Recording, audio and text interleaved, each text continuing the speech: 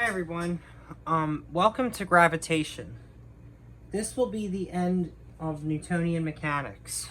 So anything that's past this is still classical mechanics, but will be past Newtonian mechanics. So this episode is Newton's fourth equation, which is known as gravitation. I have to show you acceleration due to gravity factor. So if you remember the little g, we said it was approximate to 9.8 meters per second squared. And then this was understood to be acceleration due to gravity. Now, the last episodes we talked about rotation, where things spun around. So now we're going to go back to the linear world. So all the stuff we learned in kinematic equations, forces, energy, linear momentum, and I think that's about it. It was just for kinematics, forces, and energy. We don't really need to understand linear momentum. I will check, but I'm 78% sure we don't need it.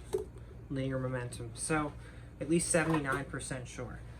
Other than that, I have to show you free fall, projectile motion, and forces, which is inclined plane block problems, and then it's really just diagrams. I just have to show you diagrams of free fall, projectile motion, planar motion, which is inclined plane problems, and energy.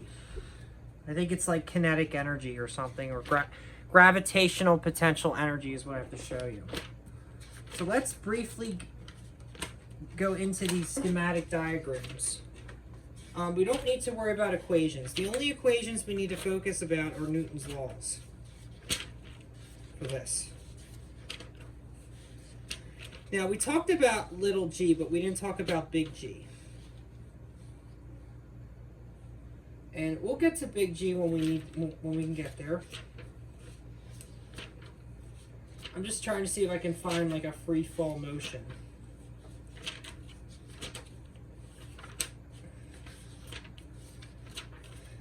If you remember 1D kinematics, they can either go in the x direction or the y direction, but what we care about when we talk about little g, we care about the y direction. So we care about this y direction. That's what we care about. You can think of it like that. Plus y, negative y. We don't really care about the x direction. And this is why I wanted to kind of go over, especially when we did 1D kinematics, on the y motion and not the x motion. So that way we're well suited for black holes.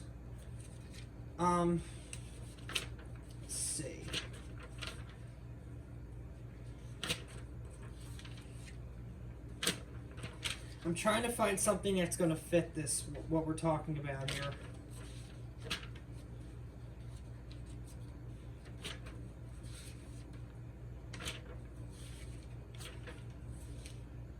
Okay. All right. So, like I said, we care about plus or minus y. One way to think about this is you could say this is plus or minus y. All right, other than that, let me explain what we're doing here. All right, so the only part that you got to understand from 1D kinematics is when you launch something. You have what's called a launch. Let's say if I launch a particle or a rocket straight up, it's going to continue to go straight up, right? And then over time, it's gonna slow down and fall.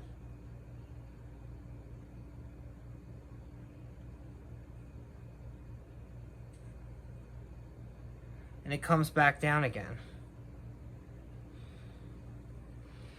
Let me re-sketch this. So if I launch something like a particle or an object, it's going to continue to go straight up, right?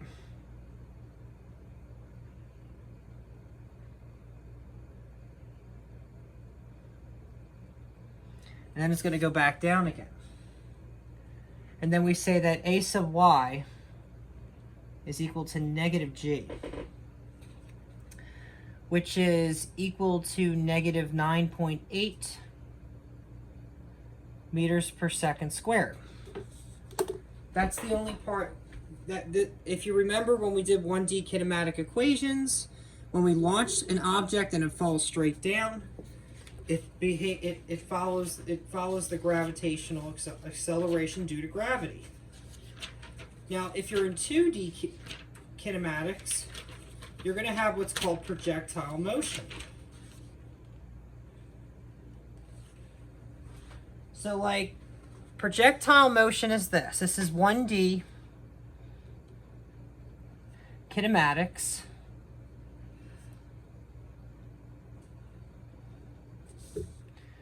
And then, if we want to do 2D kinematics, I mean, we did call it kinematic equations when we got in the beginning of this, but ever since we've taken rotation, we realized that we can just call them kinematics. We did rotational kinematics. So if I do this, see if I can find a smaller graph that explains the same thing. Just bear with me.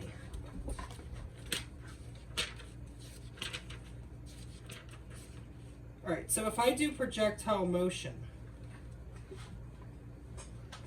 we're going to see gravity again. So if I have a y graph and an x graph, of course this is plus and this is plus. If I want to experience both, I'm going to have what's called projectile motion, which is a parabola.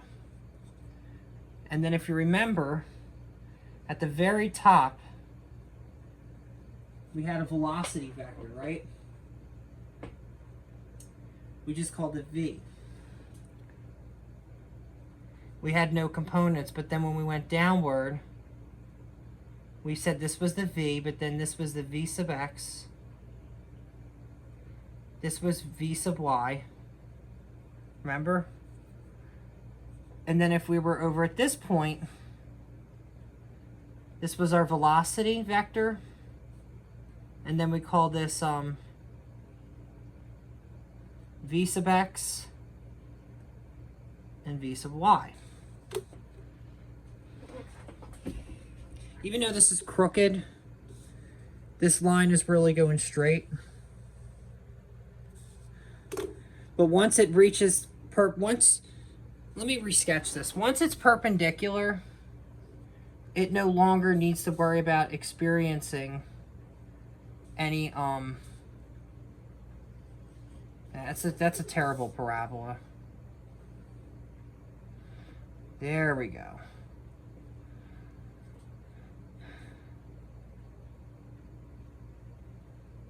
It's nice to have like a little X thing going on. So this is, we call this the Y graph. And then if you want to call this the plus X graph. And then when we're at the very top, we only had a vector, velocity vector, right? We took a point here. This would still be our velocity vector.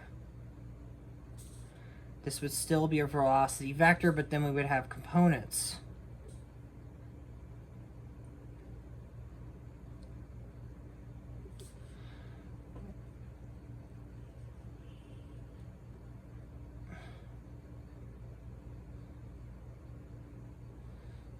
All right, and then if I'm down here at this point, right, we could then say that this is velocity, and then this would be v sub x, v sub y.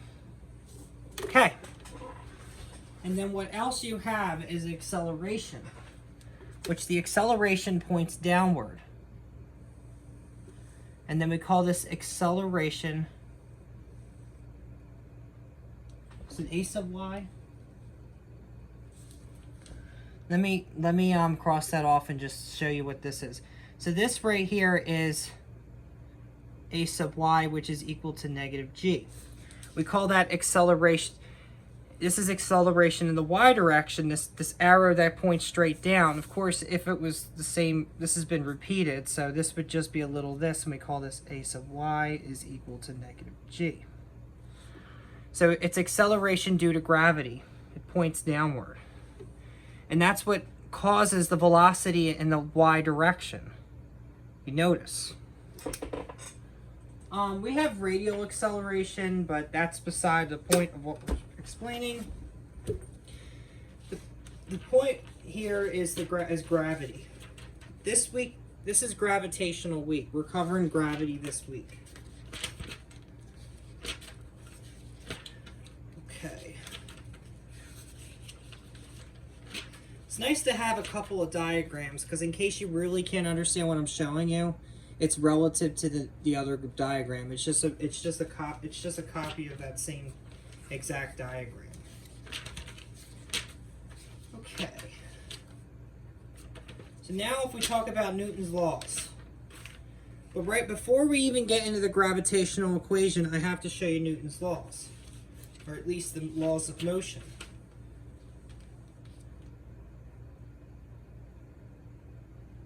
So, where else you're going to see the gravitational vector is if you have, and this is Newton's laws.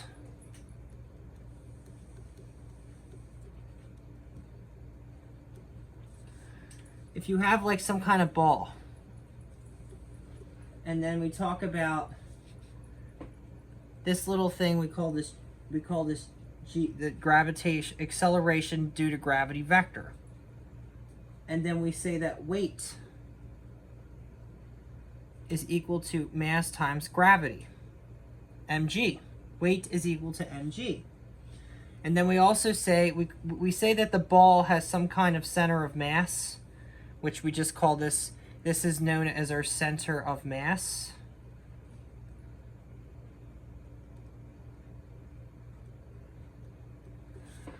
All right, and that's part of Newton's laws. Now there's another part of Newton's laws that I must show you, which is inclined plane problems.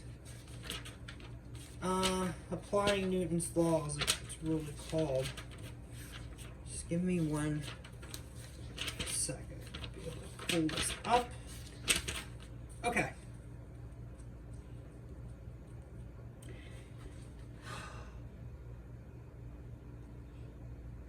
It's funny they use W.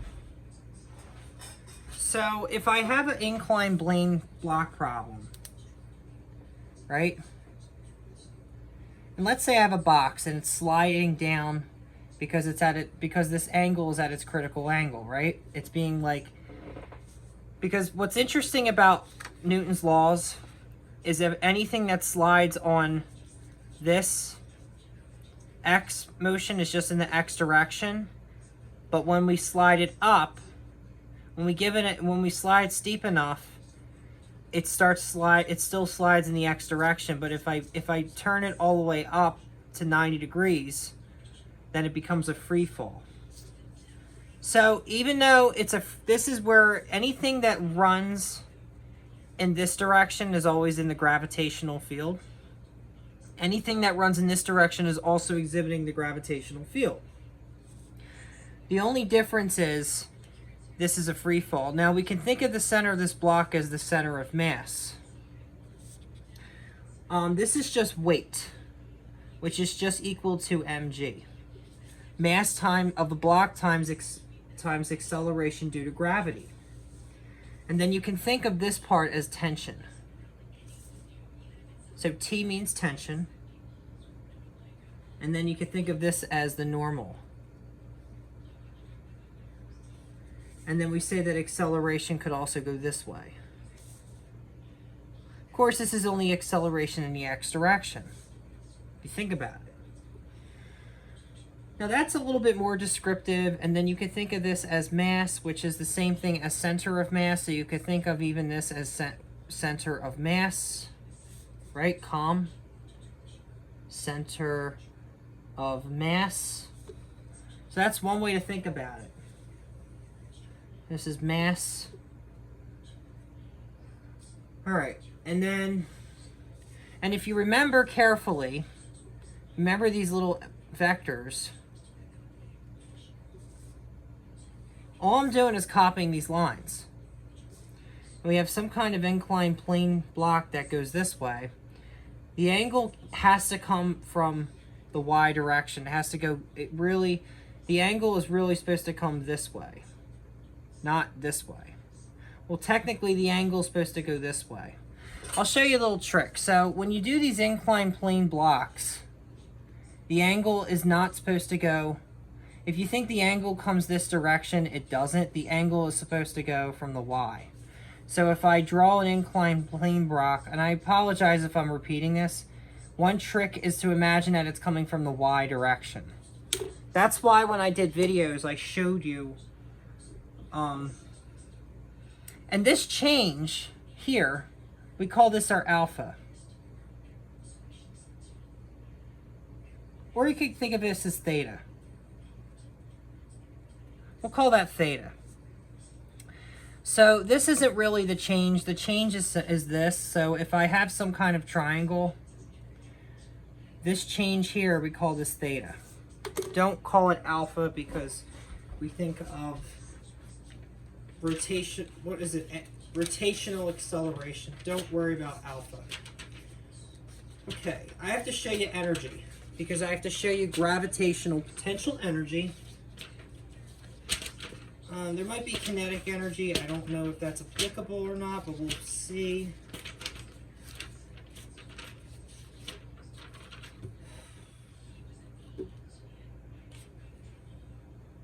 Good news is you don't need any vector stuff. We don't need to worry about the dot product. We don't need to worry about the cross product. We don't need to worry about any of those. There are vectors in here, but it's very simple. Okay, this summary here is not giving me, it's not giving me gravitational potential energy. It's giving me power. Don't worry about power. That is going to be important when we get into electricity and magnetism. Don't worry about that.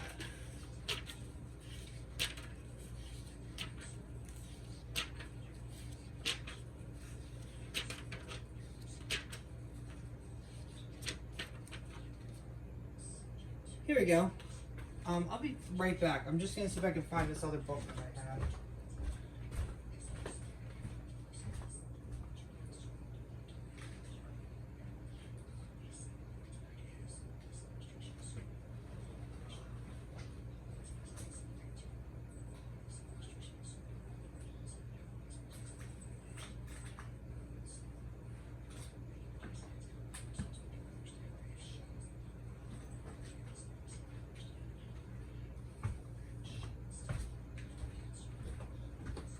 Okay, I found my book. All right, whoops. Hate when that happens. A little bit of a resonance there, vibration. Okay, so the next thing I'm going to show you is gravitational potential energy. So, we don't need to worry about elastic energy. We don't need to worry about total mechanical energy is conserved. Don't need to worry about that. We don't need to know when total, we don't need to worry about total mechanical energy, so that's not going to be important. Elastic potential energy is not important. We don't need to worry about conservative or non-conservative forces. We don't need to know that. We don't need to worry about conservative or non-conservative forces or conservation of energy. We don't need to worry about any of that stuff. And then we don't need to worry about determining forces from potential energy. The only component for energy is we need to know gravitational potential energy, because gravity is the theme. Actually, I'm going to fit it in here because I don't think we're going to need linear momentum.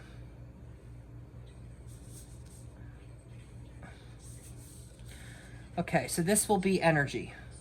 This is another piece of the puzzle. So for energy, we want to talk about gravitational potential energy.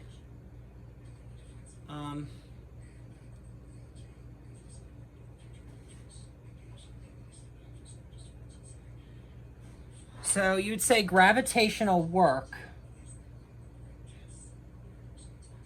is equal to mgy1, or let's do mgy.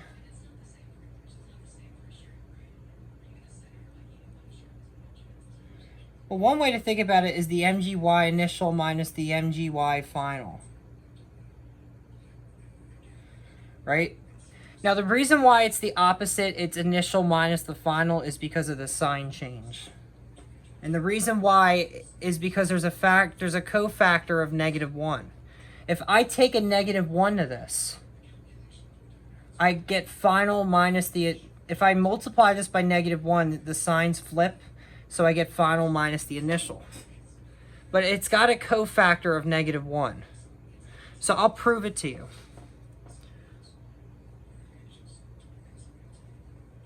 I'm sorry, I'm just going to prove this to you. So if I take mgy final minus mgy initial, the first thing I can do is I can factor out mg. And then I get y final minus y initial. Now, I want to multiply by a -1. What that's going to do is change my signs. And then when I simultaneously, when I distribute this mg in, I'm going to get mg y initial minus mg y final. See, energy is very interesting. I didn't show you this in the last part, but energy is very, it acts a lot like a scale. So whatever you do to it, it always tries to oppose, it always tries to fight and negate. Energy likes to negate nature. So whenever a change is done in nature, energy likes to negate it. So that's where you get that's why it's initial minus the final. I'm not using numbers. I'm not going to say it's 1 minus 2. We're just going to stick with initial and final. So, we're good with this. I showed you how you got here. The important part of this equation is not the left side of the equation, it's the right side. So I showed you how to get this right side. And then we say that this is equal to the negative, or you could call this u. Usually they do a little ug. So it's ug initial minus ug final. And u means potential energy, which is just equal to negative change of u sub g, gravitational potential energy. Okay. And like I said, that negative sign is the same. How we got that negative sign is because if you think about it, when I take a negative multiplied by this, it's going to give me the opposite. So if I take a -1, the reason why this is negative is because there was a negative to begin with. So the negative sign gets trailed into here. It gets trailed into that. And if you think about it, if I take this, multiply by -1, this will end up giving me ug final minus ug initial. So it's just playing around with a negative, a cofactor of -1. That's all you're doing with this. Like I said, everything we're doing is for gravity.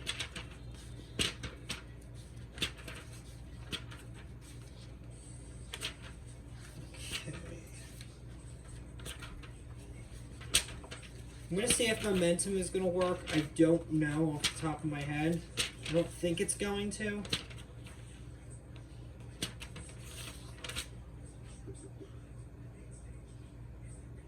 Yeah, it's not going to work. We don't need to worry about momentum. Momentum is just a direction on where things travel. It only works. See, I could show you with center of mass. But you got to remember, the universe doesn't have a center. See, what's funny with Galileo is he did say that the sun was in the center of the universe, but he's incorrect. The universe doesn't have a center because it has a space-time continuum. It's in the book that I showed you, The Tao of Physics. It talks about that, and I think it may have mentioned it in the Dancing with the Masters. But the reason why the universe doesn't have a center is because of the space-time continuum. So.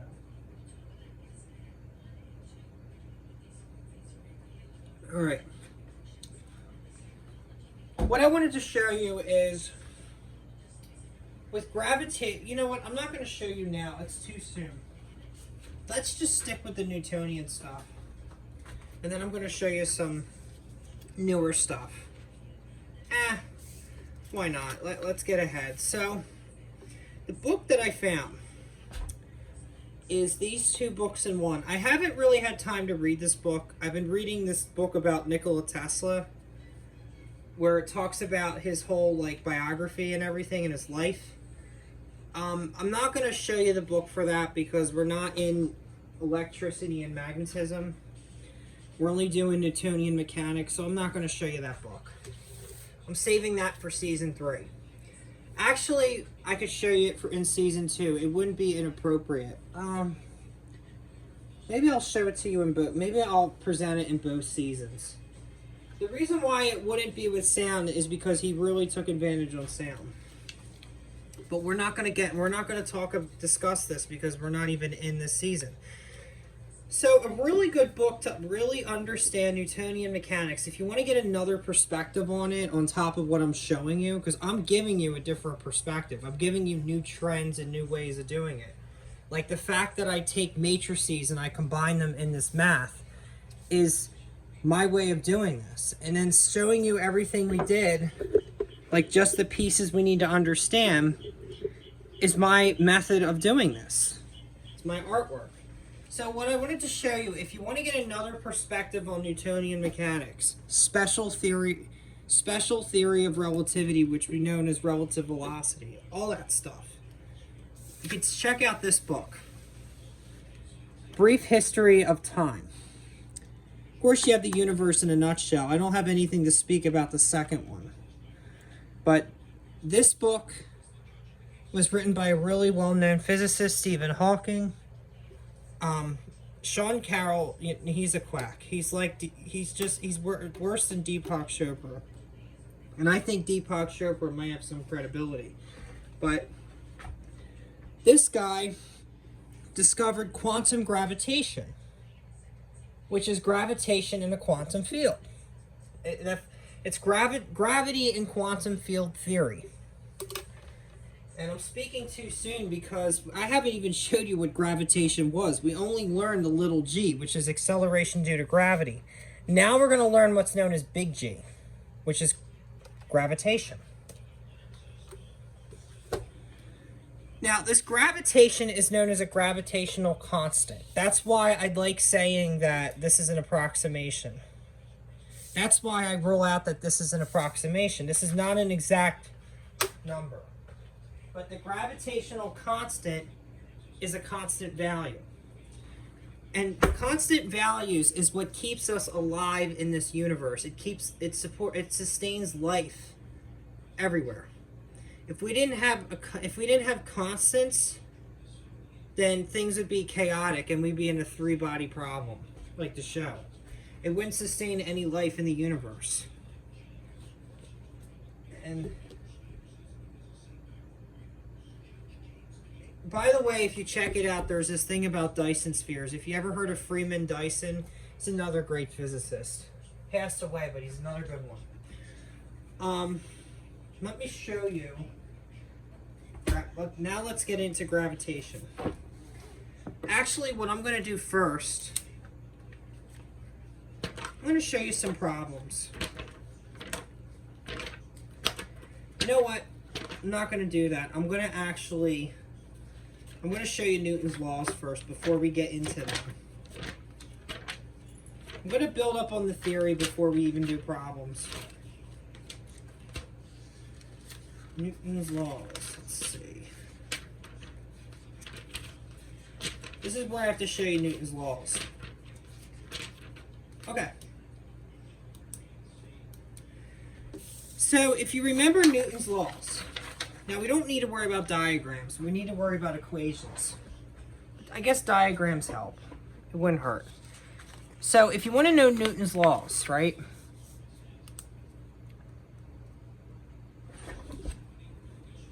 If we want to know Newton's laws,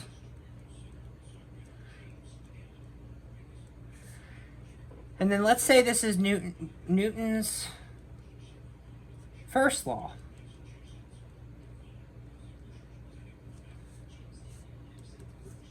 Newton's second law.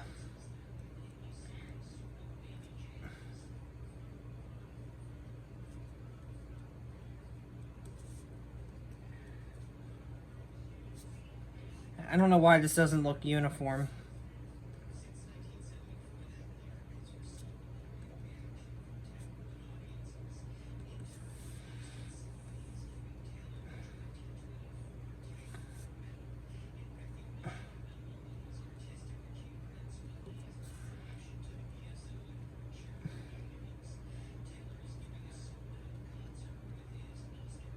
All right.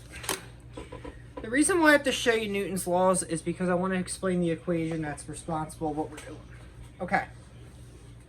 So Newton's first law is where we say the sum of the force is equal to 0. Sum of the external forces is equal to 0. Now, these are known as Newton's laws of motion.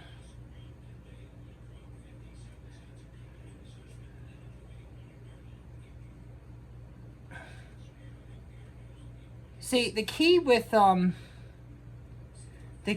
this entire season is you have to accept that things keep moving in the universe. Nothing stays still.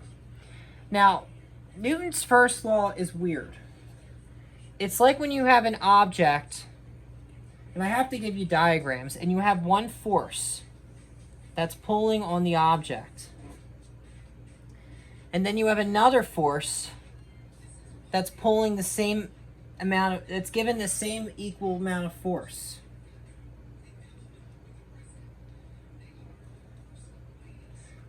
And then we say the second force has to be equal to the negative equal and opposite reaction.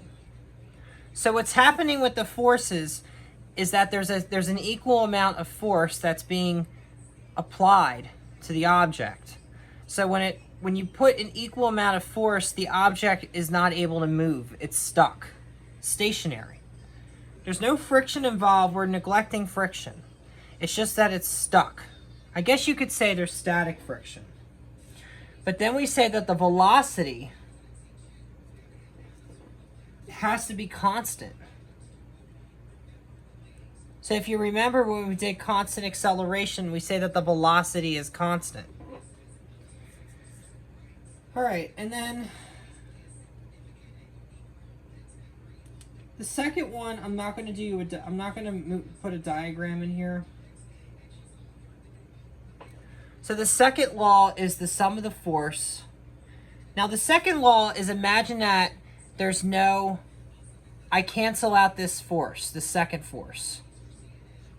Right? Which means this equation would be non-existent. And I only have force that's pushing the object and it's moving. So then we say that the second force has to be, if there's motion involved with velocity, then we say that there has to be mass times acceleration. That's the second law. The second law is I don't have an equal amount of force. I only have one force that's pushing it. We say it's mass times acceleration. And then the last one is weird. So the last one is like if I move an object, and you could say F1 on 2, F2 on 1, and we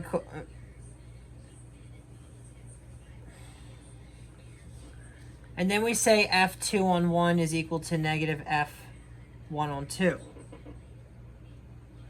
Now what's interesting about the third law is it acts just like this law.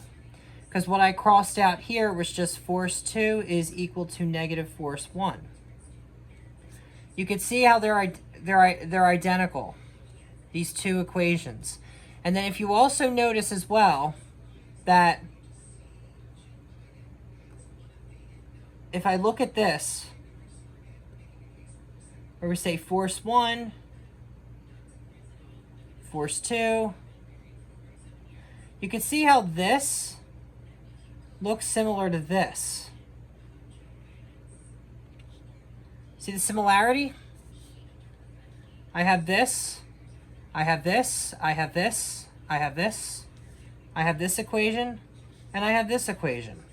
Now you can see how Newton's third law is just a reenactment of Newton's first law. It's just it's really just a reevaluation. It's really just a repeat of Newton's first law. It's being reinterpreted, but it's basically the same law again. The only one that's different is the second one. All right, I'm going to show you the next one. Because now we're doing gravitation. I want to see if I can find the equation. Okay. So gravitation is our next one, which you could think about it as Newton's fourth law. I'm going to call it Newton's fourth law.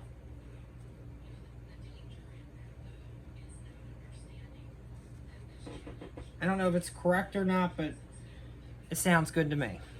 So Newton's fourth law is when you have force in the you have gravitational force. And you're saying it's equal to the gravitational constant times mass 1 acting on mass 2 divided by r squared. Now, later on, you're going to learn that this equation applies to Coulomb's law.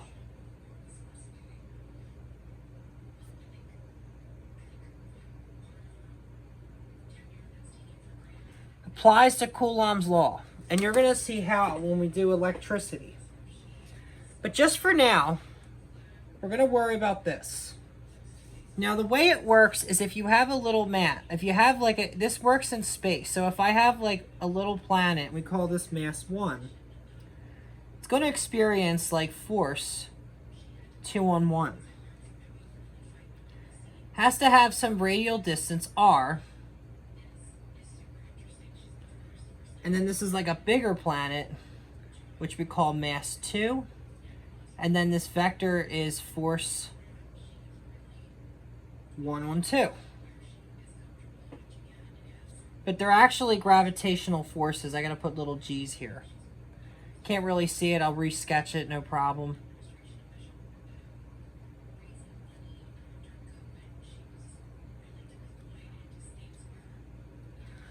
All right, sorry about that.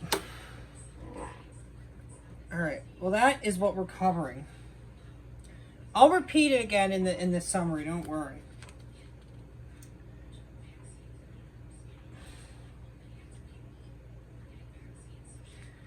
All right, I don't know if we're going to cover, well actually we're not going to do orbits because I'm going to save them for next week's video.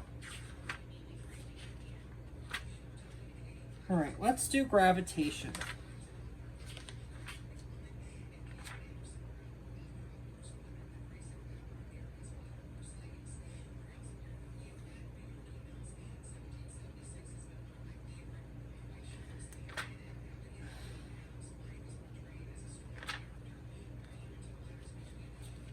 I have to show you gravitational potential energy as well. Now there will be a lot of examples here, but just bear with me with these. These aren't a lot. We're not gonna do any satellite orbiting problems, and the reason why we're not gonna do those is because we haven't even done rocket ship problems, so it's not needed.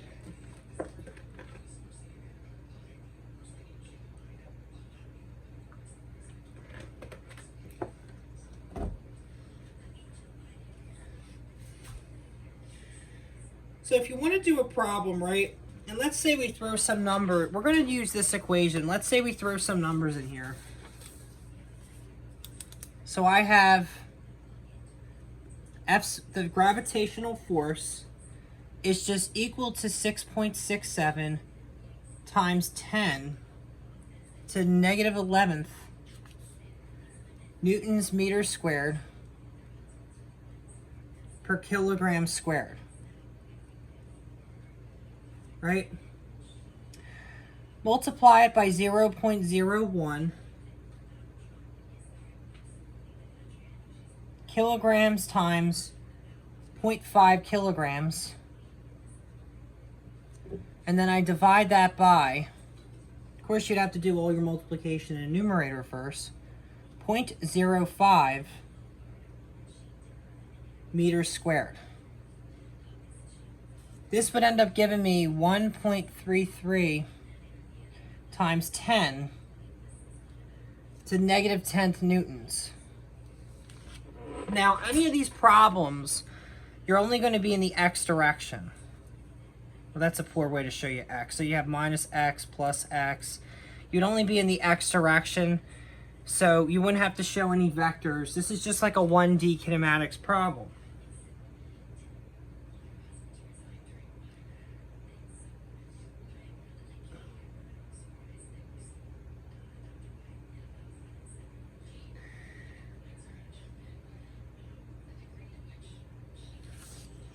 All right, so and that's one of the problems. And then another problem, you could have this. So if you use F is equal to MA, we do some algebra. All we have to do is get rid of the M, and then we say A is equal to F over M, which is then equal to, A is equal to 1.33 times 10 to negative 10th newtons, divided by 0.01 kilograms, which is equal to 1.33 times 10 to negative 8th meters per second squared. And then acceleration 1, you call it acceleration 2, is equal to 1.33 times 10 to negative 10th newtons, divided by 0.5 kilograms, which is then equal to 2.66 times 10 to negative 10th meters per second squared. All right. You're going to see that these problems are very simple. They're very cut and dry.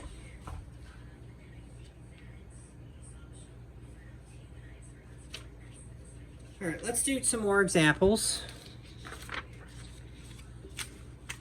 So the next one is if you do vectors, which I have to sketch the diagram out as well. So let's get started with the diagram.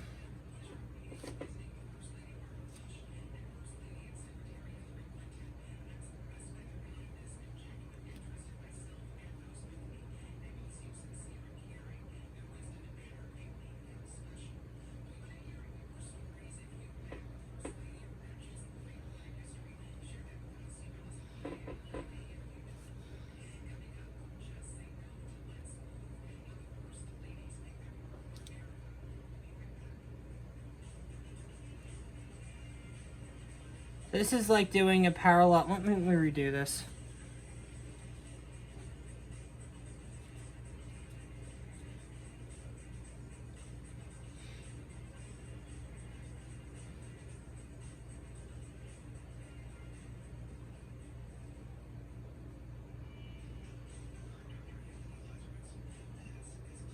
There we go. There we go. That looks nicer. Beautiful. All right.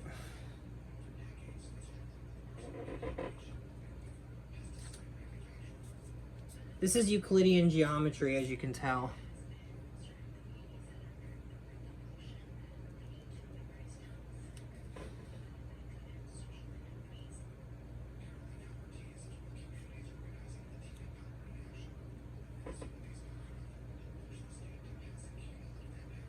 So you can think of these as two planets. I'm going to make this bigger though.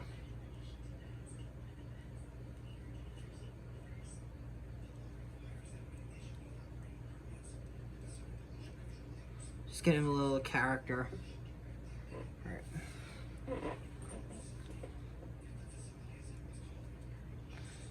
Now they do look like spheres, don't they? All right. Then we got this other one at the bottom.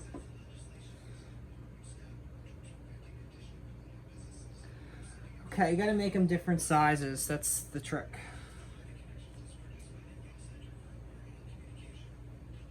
This is supposed to be a little bit bigger, and this is supposed to be the biggest, and this is supposed to be smaller. Okay. It's alright, I can fix it. Alright, and then here's a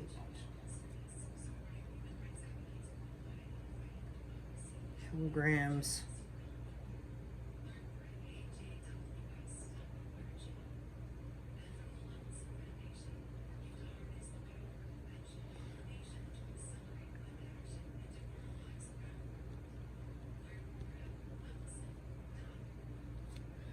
Then we call this little r. And then this is also little r.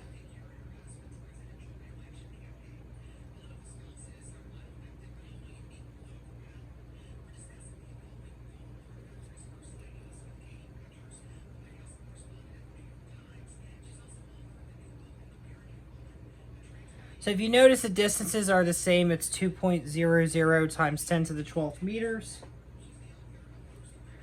And then this is 1.00 times 10 to the 30th kilograms. All right. And then we call this little guy theta. Okay. We're almost done. All right, let's get started. This is where we got to use vectors.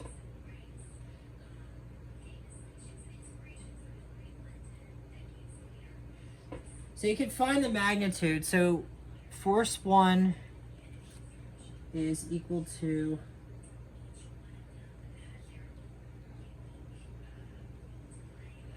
6.67 times 10 to the negative 11th newtons meters per kilogram squared, and then multiplied by 8.00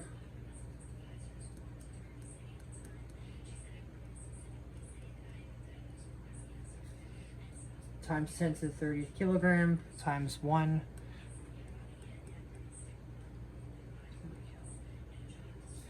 And then you're dividing all this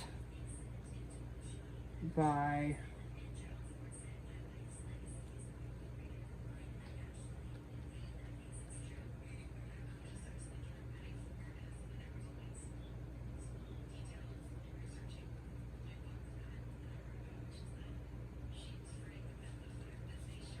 there's a little multiplication sign in there.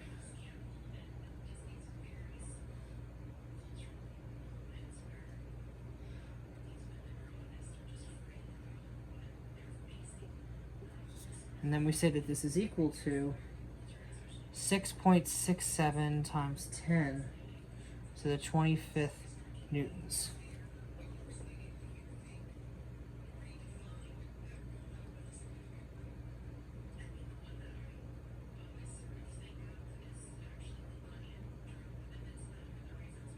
So these are doing stars. What this problem is,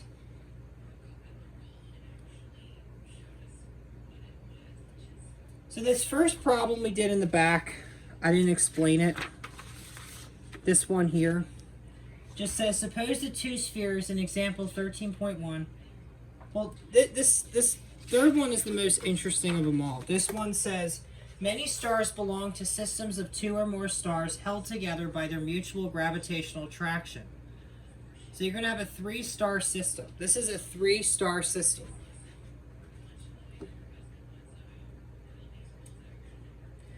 And an instant when the stars are at the vertices of a 45-degree right triangle, this is a 45-degree right triangle.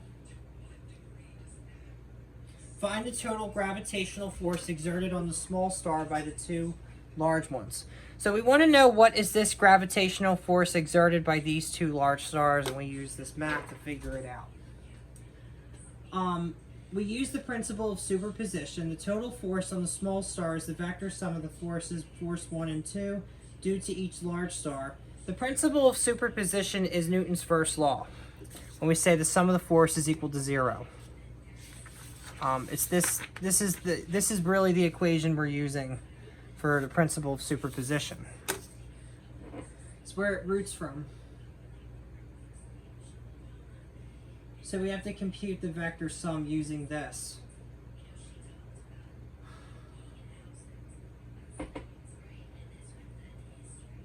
So this 6.67, this is big G. That's what this stands for. This is a gravitational constant. 6.67 times 10 to the negative 11th. And then you're multiplying the masses, and then you're adding up the radius. The radii. That's all you're doing.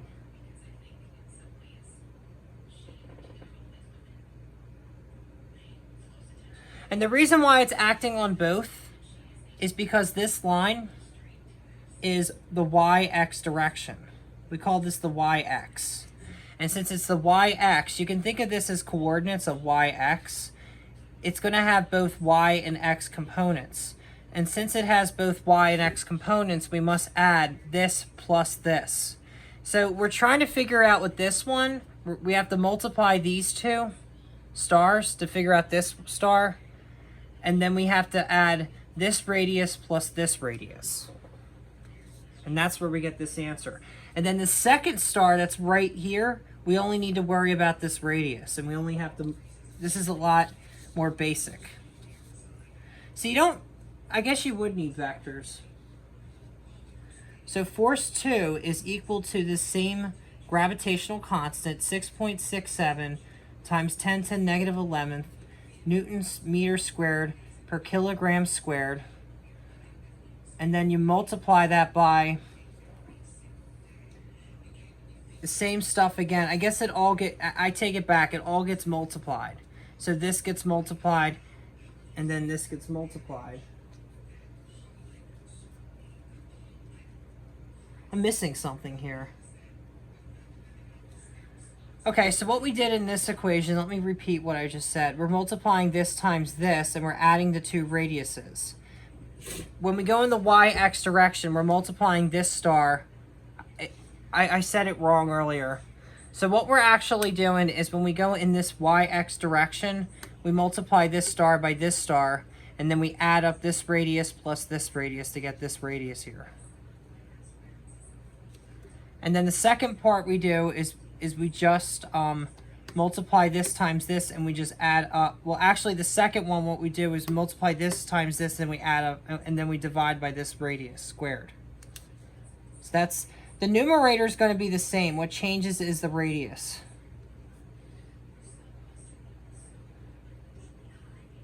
Sorry, I just got a little confused here.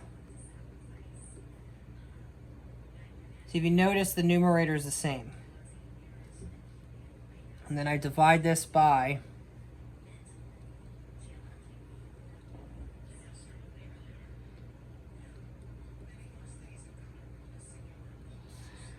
and then this is going to give me 1.33 times 10 to the 26 newtons.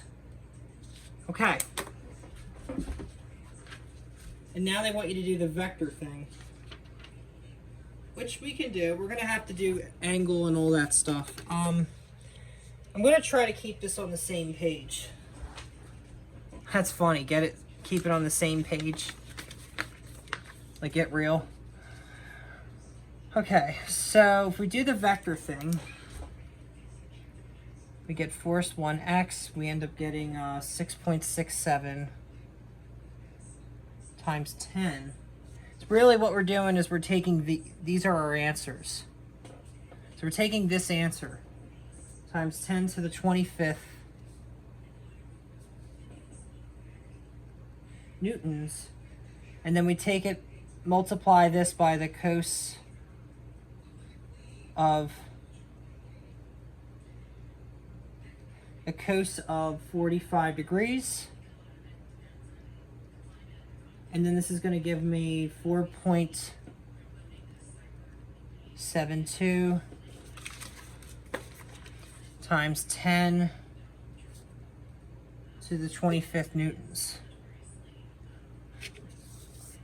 And then we want to find a y component. 6.67 times 10 to the 25th newtons times the sine of 45 degrees. And then I end up getting 4.72 times 10 to the 25th newtons. Now the reason why I'm getting the same answer, can't really see the n, hold on.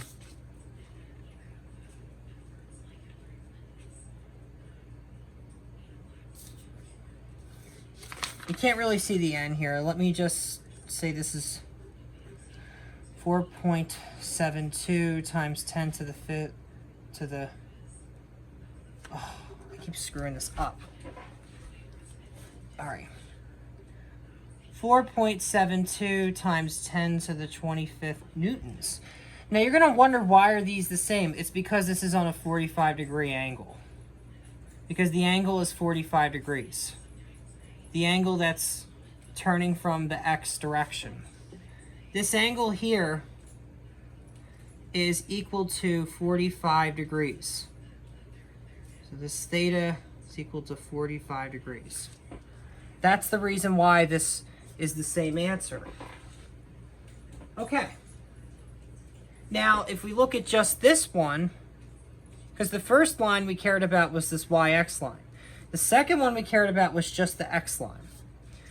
If we look on the second one, we only have a force 2x. So the force 2x is equal to the same thing again, 6.67 times 10 to the 25th newtons. Oh, I take it back. It's different. It's not the same one. Force 2 on x is equal to this is force 2 on x, 1.33 times 10 to the 26 newtons times the cos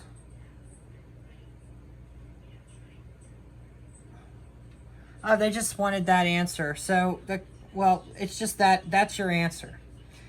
And then force 2 on y is just equal to 0. Because when you go in the x direction, there's nothing happening in the y direction. Okay. We're almost done. We're almost done. So now I want to add up my components.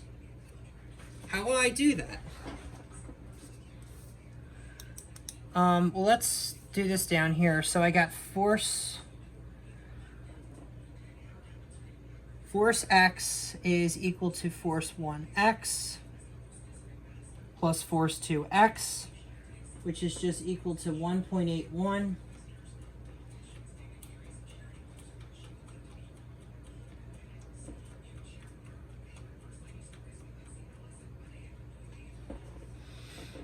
1.81 times 10 to the 26 newtons. And then force y, and let me do this down here. Force y is equal to force 1y plus force 2y, which should give me the same answer because remember one of them is 0. So this should just be 6.67, or is it 1.33? Oops. No, it's 4.72.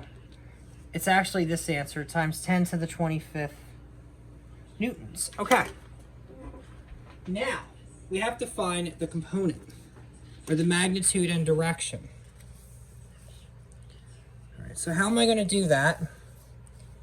Is we have to take the magnitude. So we say force is equal to the square root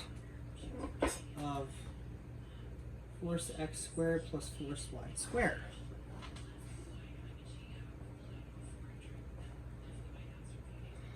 And then that becomes equal to the square root of my two answers, which down here you could see 1.81 times 10 to the 26 newtons squared plus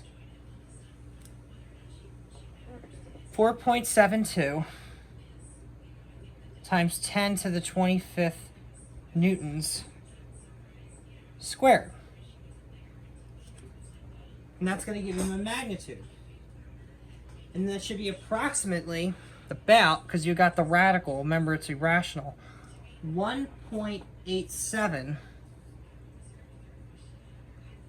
times 10 to the 26 newtons. So you can see it's almost the same one as the force that's going in the x direction. So it's more acting towards the x than it is in the y. And that's because we have the yx and then we have just the x. Like we have the yx and just the x.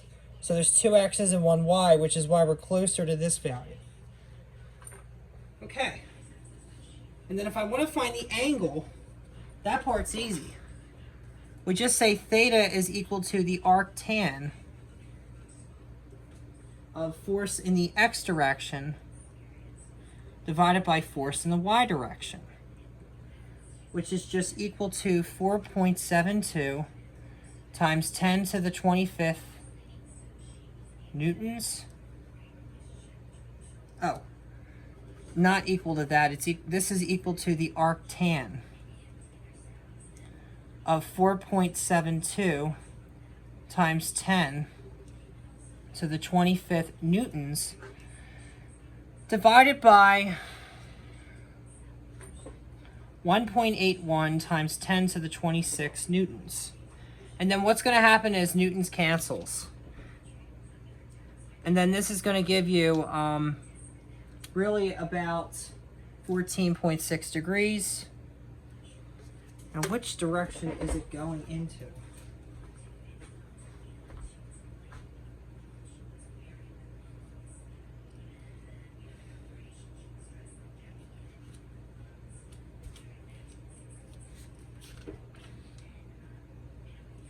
I'm assuming it's going to go in quadrant 1. So this reference angle, let's just assume it's a reference angle. It's 14.6 degrees, which we could then say is equal to the proper angle. But we know that the reference angle is at least 14.6 degrees. Okay. Now, there's one more example I have to show you. One more, from the Earth to the Moon. And then we can hit the summary. Let's not worry about orbital motion.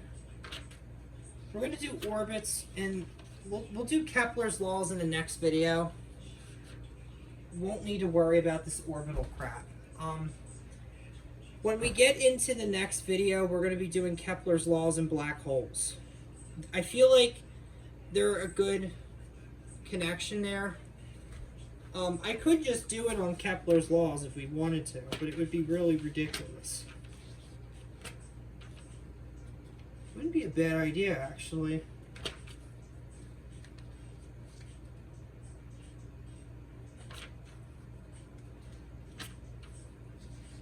If you want, we could do orbits on the next one. And then we could do black holes next week. See, we're leaving Newtonian mechanics. Once we get out of this, once we get into orbits, we're not even in Newtonian mechanics anymore. So I could show you center of gravity on next video, and then I suppose we can do orbits on a second one. It might be interesting, because then I can talk about Kepler's laws. I might actually do that. I'm probably going to save black holes on. We're gonna save black holes. Well, we were going to do that either way. I'm going to make 2 more videos. So what I'm going to do with the next one is we're going to cover center of gravity, and then the one after that we're going to do orbits. Because the reason why I want us to do orbits is it's going to take us back to rotational motion. Alright, let's do one more example, and then I'm going to cover up with the summary. These videos, these last 3 videos are all in the same chapter.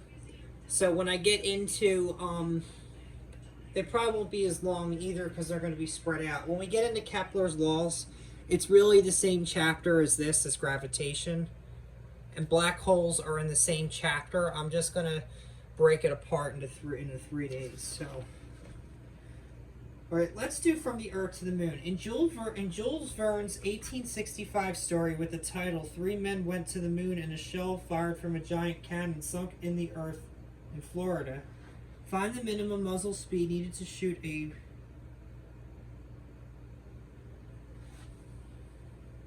shell straight up to a height above the Earth equal to the Earth's radius.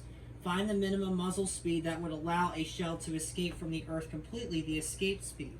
Neglect air resistance, the Earth's rotation and the gravitational pull of the Moon, and the Earth's radius and mass, or R sub E, is equal to 6.38 times 10 to the 8th meters, and M sub E is equal to 5.97 times 10 to the 24th kilograms. So once the shell leaves the cannon muzzle, only the conservative gravitational force does work. Hence, we can use conservation of mechanical energy to find the speed at which the shell must leave the muzzle so as to come to a halt at 2 Earth radii from the Earth's center and at an infinite distance from Earth. The energy conservation equation is... It is the equation I said not to worry about because it's not really the main thing we need for black holes, but it will help. Is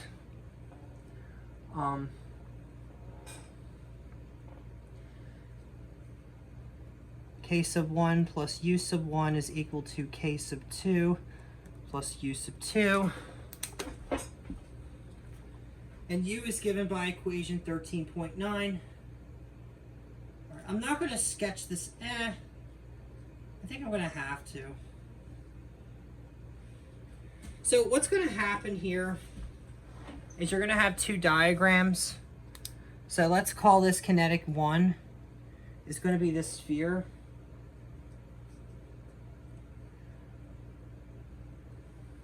And then you're going to have a point here, right? And then we call this 1. And then if it goes straight up, and then we make like a bullet, so it's got to be shaped something like this. We call this 2. And we call this projectile. Projectile mass M.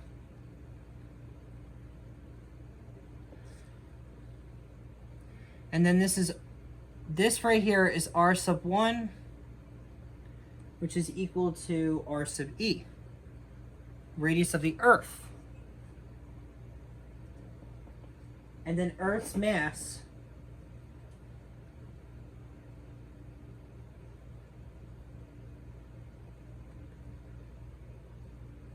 M sub E. Okay. So that's diagram 1. And this kind of goes, if you want it, well, it would be, kinetic energy would work on both of these equations. This is diagram 1, and then diagram 2 is after it's lifted. So you can think of this as initial, and then this is final. And you could say initial is equal to final, and you could imagine that these 2 diagrams are equal to each other. That's one way, best way to think about it. So you have the same stuff here, the Earth's mass,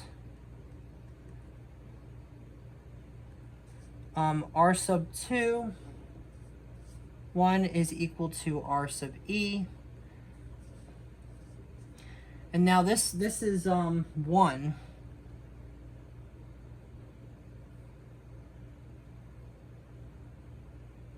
And then we call this R sub 2 is equal to infinity. And then this is where it's infinitely far away. And then 2, you still got the bullet, and then You got, what do we call this? Projectile motion, projectile, and usually they make it look solid. So you got like a little bullet here, and then we call this projectile mass M. Okay. So let's get started on the equation. Let's just do the math, run it through. Ugh. So remember this formula, K sub 1, I don't feel like writing it again, I'm just being a little lazy. K sub 1 plus U sub 1 is equal to K sub 2 plus U sub 2. This follows this, and this also follows these two diagrams. Imagine that these two diagrams are equal to each other. This is K sub 1 plus U sub 1. You could think of this as K sub 2 plus U sub 2. But what's funny is this can also apply to this, and then this can also apply to that. So conservation of energy applies to everything, but just understand that these two are the same thing practically, but then it can interchange with them. So it is and it isn't. Okay. So if I want to compute, unfortunately I do have to write this again. K sub 1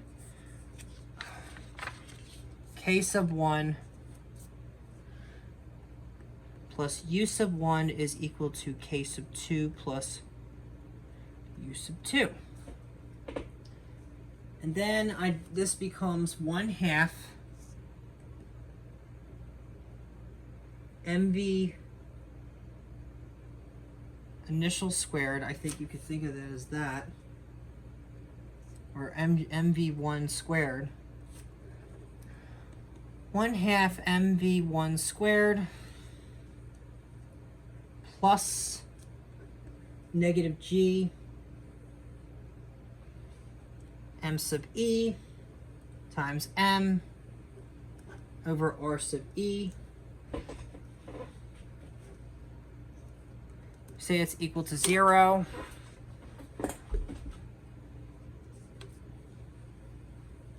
Plus, so I'm writing a little sloppy. Negative G M sub E times M over 2R sub E. Okay.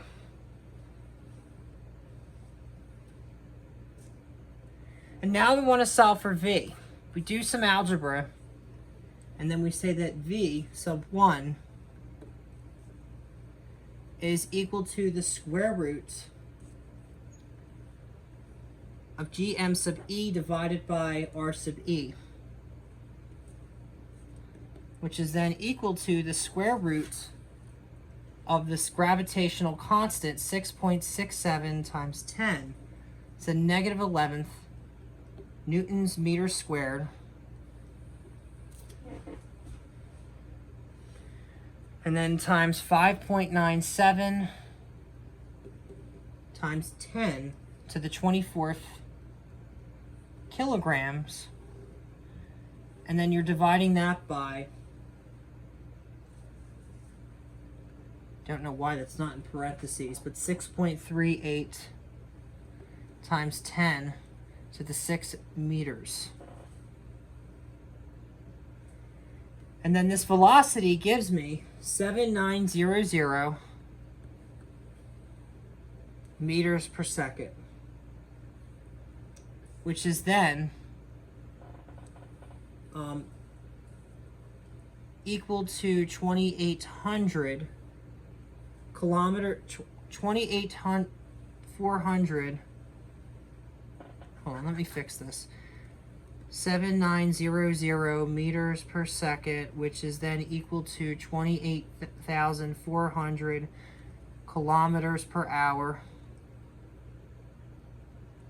And then, or this is equal to,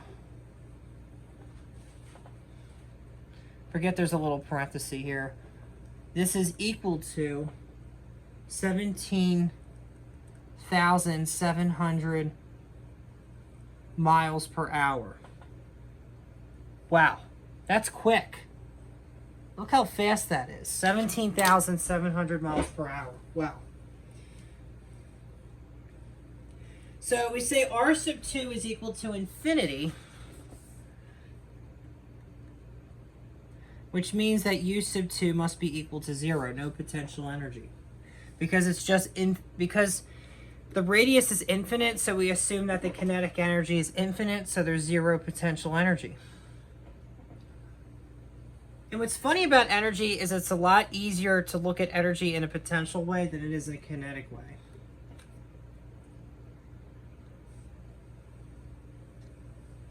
So then you got the same thing again. You got 1/2 mv sub 1 squared plus negative gm sub e times m. Oh, you can't even see this. 1/2 mv sub 1 squared plus negative gm sub e times m over 2r over r sub e.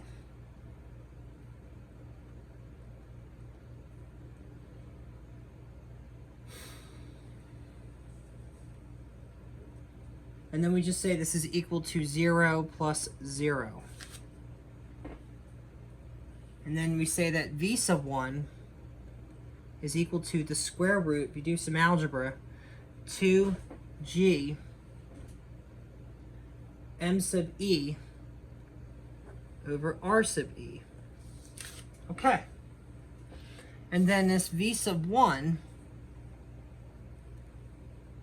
is equal to, this is a separate part of the problem, by the way, v sub 1 is equal to the square root of 2 times 6.67 times 10 to the negative 11th newtons meters squared per kilogram squared. I don't even have space here. This is crazy. All right. V sub 1 is equal to the square root of 2 times 6.67 times 10 to the negative 11th newtons meters squared per kilogram squared. Okay. And then we multiply this by 5.97 times 10 to the 24th kilograms.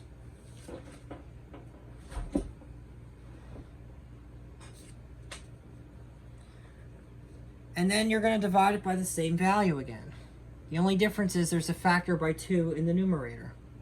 6.38 times 10 to the 6 meters. And then this gives me,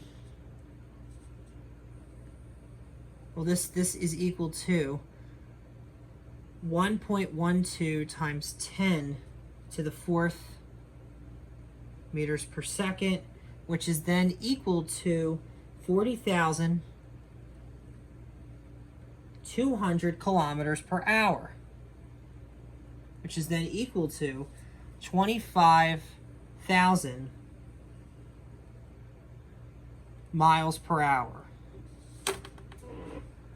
Our result in part B doesn't depend on the mass of the shell or the direction of launch. A modern spacecraft launched from Florida must attain essentially the speed found in part B to escape the Earth. However, before launch, it's already moving at 410 meters per second to the east because of the Earth's rotation. Launching to the east takes advantage of this free contribution toward escape speed. To generalize the initial speed needed for a body v sub 1 needed for a body to escape from the surface of a spherical body of mass m and radius r, ignoring air resistance, is v sub 1 is equal to the square root of 2gm over r, escape speed. This equation yields escape speeds of 5.02 times 10 to the 3 meters per second for Mars, 5.95 times 10 to the 4th meters per second for Jupiter, and 6.18 times 10 to the 5th meters per second for the Sun. All right, that is it for gravitation. We will do rotation possibly either this week or next week. If I can fit it, I'll put it in this week. let me cover in the summary what we did. And this is nice too because we'll be able to finish up, we'll be able to wrap this up with energy. That's what is nice when we do gravitation.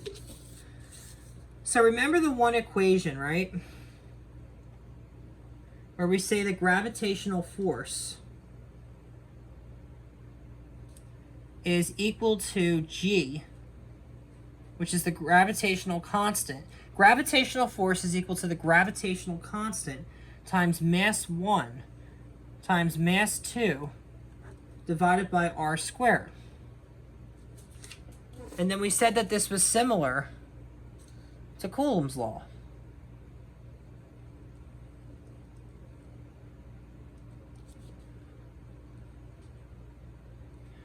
And then we talk about this in electricity. Now that is Newton's law of gravitation.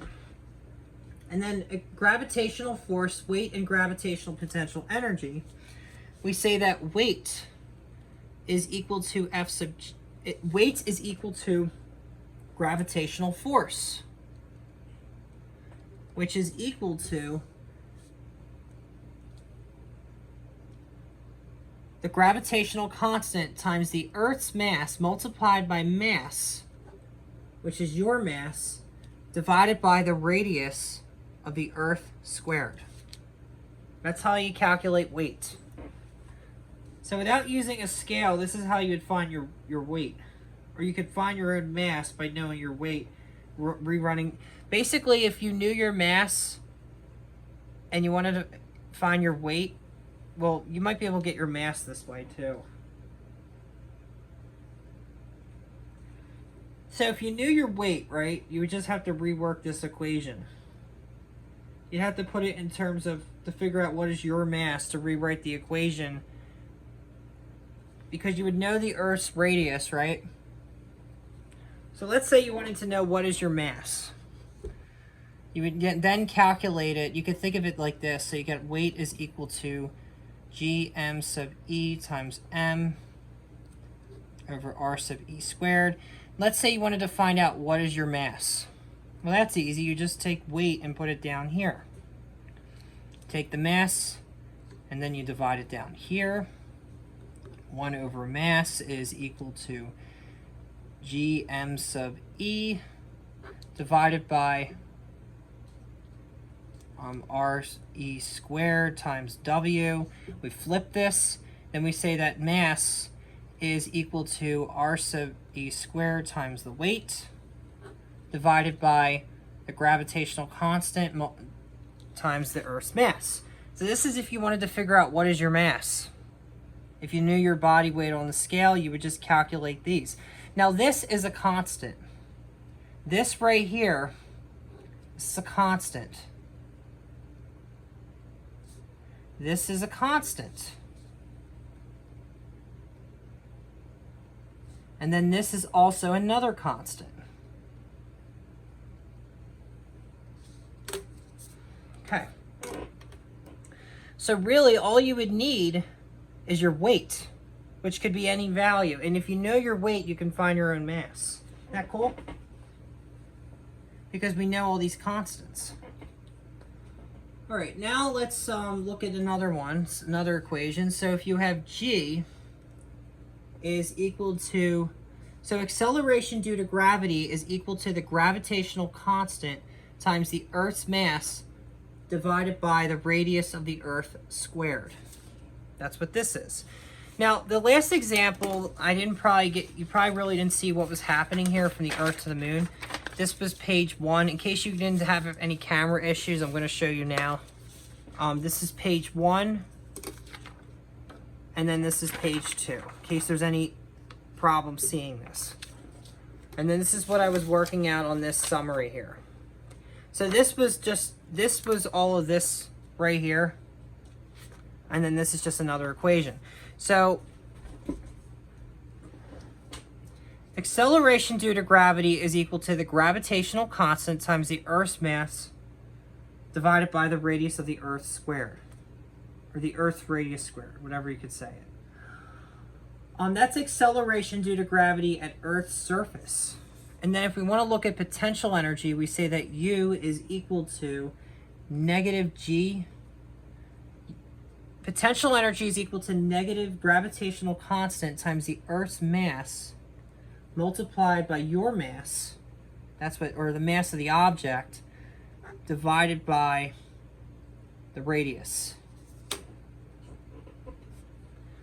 I mean, this is really, the negative's supposed to be like outside of this, so it's really supposed to be this.